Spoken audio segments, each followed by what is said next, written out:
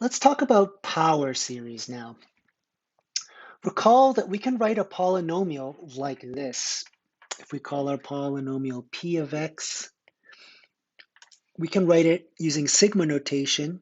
It's going to be the summation as I goes from 0 to n, and then we're going to have c sub I, x sub I, x to the I power, sorry. So if you don't write out what the terms of this polynomial looks like, the first term would be c0, and then the second term would be c1x, and then the third term would be c2x squared, and so on and so forth. And your general term would be ci x to the I, and then your last term would be cn x to the n. Okay, so the key thing that I want to emphasize is that this polynomial, it ends. The upper limit of the summation is n. So this section is all about something called a power series. And the way that you can think about a power series is you can really think of this as an infinite polynomial.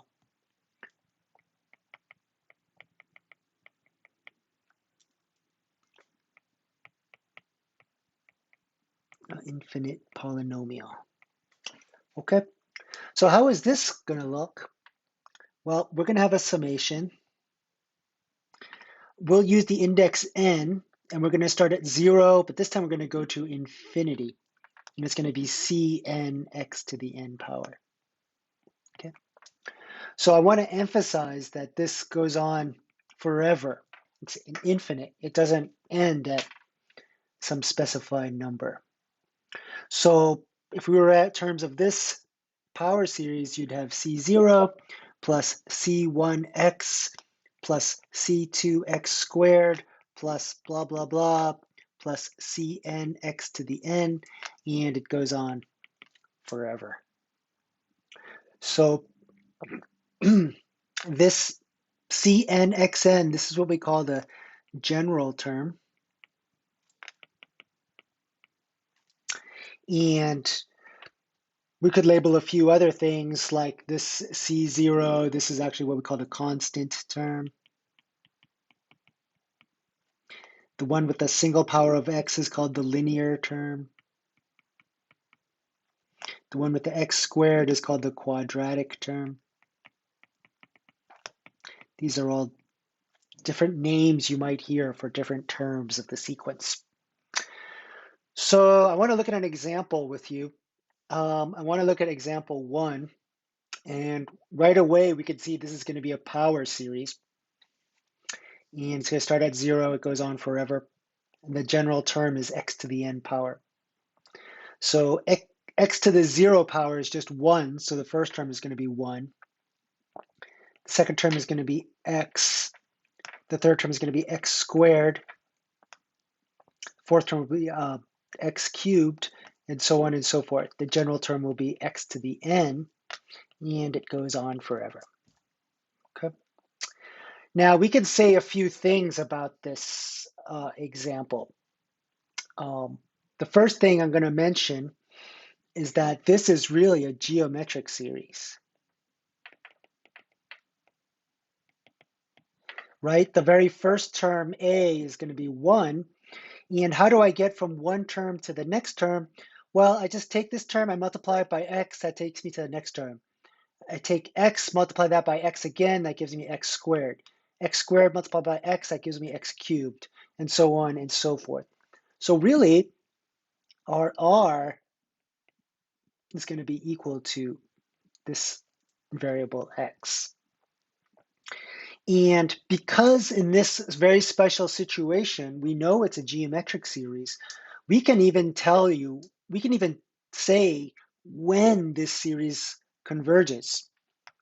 So because we have a geometric series, we know that the series converges when the absolute value of r is less than 1, which in our world is basically saying it converges when the absolute value of x is less than 1. Okay, so by virtue of the fact that example 1 is a geometric series, we actually know quite a bit about this series. So if I plugged in values of x like 1/2, this series will converge. If I plug in a value of x of say 5, this series will diverge. All right. When we looked at this power series in the original definition, this is really a power series that's centered at the origin. So what I want to do is I want to generalize the situation, and I want to look at a power series that's centered at A. Now, how is this power series centered at A going to look? Well, it looks pretty similar to the original definition of the power series. We're just going to have an infinite sum again. This time it's going to go from 0 to infinity, just like before. And we're going to have Cn as our general coefficient, but our variable isn't going to be x to the n. It's going to be x minus a to the n. And this is what makes our power series centered at a, this x minus a for the variable. Okay, so if you were to write out some terms of this series, what does that look like? Well, anything to the 0th power is 1. So the first term is still going to be C0, just some constant. But the second term is going to be C1 x minus a to the first power. The third term is going to be C2 x minus a squared, and so on and so forth. Our general term is going to be Cn x minus a to the nth power, and this guy goes on forever. Okay, so if you wanted a quick example might look something like summation as n goes from 0 to infinity. You could have x minus 3 to the n power. So this is basically a shifted geometric series. If you write out what the terms look like, the first term is going to be 1, the second term will be x minus 3, the third term will be x minus 3 squared, and so forth. And for the last term, or for the general term, we're going to have x minus 3 to the n power. So this is a series that's centered at 3.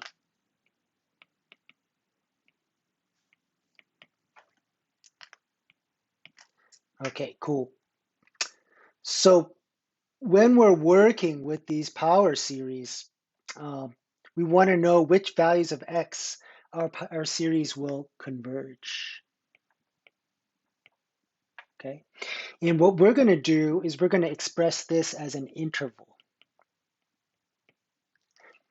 Now, the following theorem will explain the different scenarios where our series may converge. So for any given power series, and we're just going to use the general power series centered at A, there are only 3 possibilities.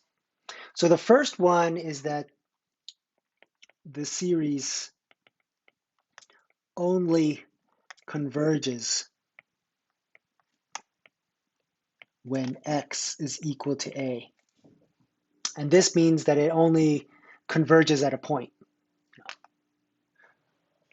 Only converges at a point. Okay.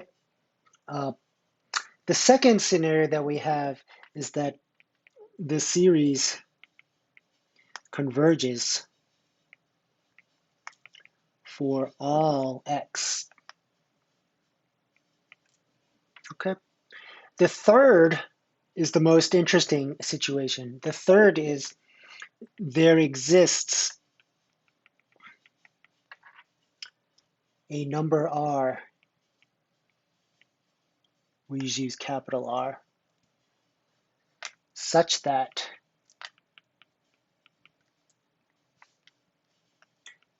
the series converges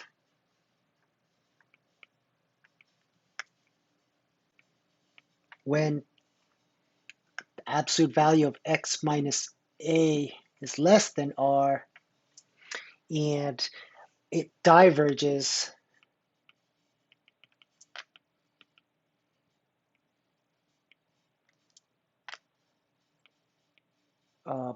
when the absolute value of x minus a is bigger than r. Okay, so these are really the three situations that will describe this convergence of our power series. Now, those of you that are clever and astute, you might think to yourself, what happens when x minus a is equal to r? And that is a great question. Let's define a couple of terms. The interval of convergence is the interval of x values for which the power series converges. Okay, so this interval might have different forms. So it might be something like a comma b with open brackets on either side, or it might look something like close bracket a, open bracket b. That means that it converges at a, but it doesn't converge at b. Or it could be open bracket a, meaning it does not converge at a, but close bracket b, meaning it does converge at b. Or it could be close bracket a and close bracket b, which means, it's going to converge at both endpoints. So earlier I had mentioned, what happens when, up here, earlier I mentioned, what happens when x minus a is equal to r, and that equal to r scenario is exactly what we mean when we're looking at each of these endpoints. So we also need to define a number called the radius of convergence. So the radius of convergence is the distance from the center A to one of the endpoints. Okay, so a lot of times we'll use the letter R to represent that. So if I have something like x minus a is in absolute value is less than R, that's going to be our, that R is going to be the radius of convergence.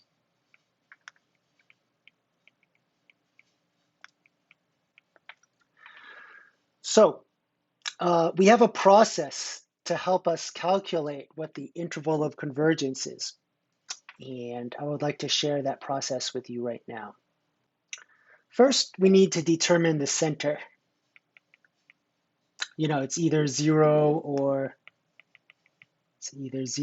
or some number A equal to some number. Okay.